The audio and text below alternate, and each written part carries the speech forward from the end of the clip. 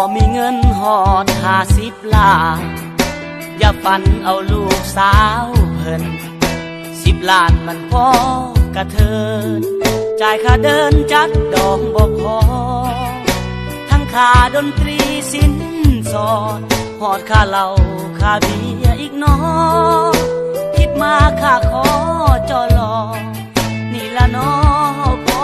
กระเทินบ่งคำมาก่อน5 บาท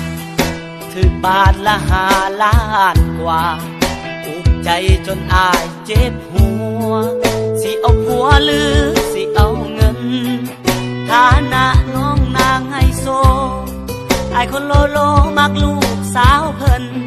10 ล้านมันพอกระเทินเพิ่นว่ามันก็พอแจเสียน้ำตา50 ล้านประหารหัวใจคนมีเงินหลายเขาได้น้องไปเฮ็ดแน่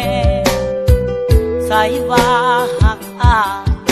สุดท้ายคือให้แตกแถวใจดำแท้น้องแก่คือบอกแอวแม่ลูกค่าดองให้บ่มีเงินหอด50 ล้านอย่าฝันเอาลูกสาวเพิ่นน้องเตยอ้ายจนขาดคืนเงินค่าดองขายมูลแม่ใส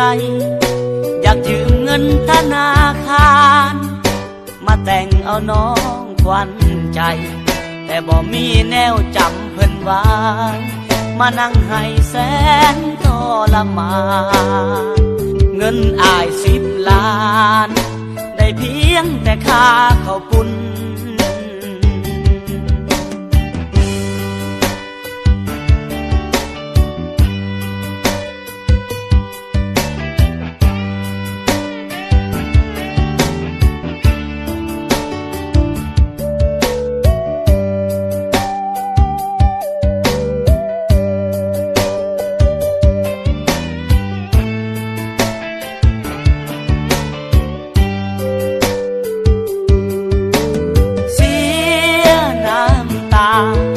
50 ล้านประหารหัวใจ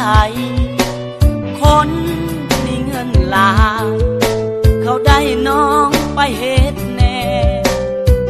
ใส่ว่าหักอ้ายสุดท้ายคือให้แตกแถวใจดำแท้น้องแก่คือบอกแอวแม่ลูกค่าดองให้บ่มีเงินหอด50 ล้านอย่าฝันเอาลูกสาวเพิ่นน้องเตยอ้ายจนขาดคืนเงินค่าดองขายมูลแม่ใสอยากยืมเงินธนาคารมาแต่งเอาน้องควันใจแต่บ่มีแนวจำเพิ่นไว้มานั่งให้แสนทรมานเงินอ้าย10 ล้านได้เพียงแต่ค่าข้าวปุ้น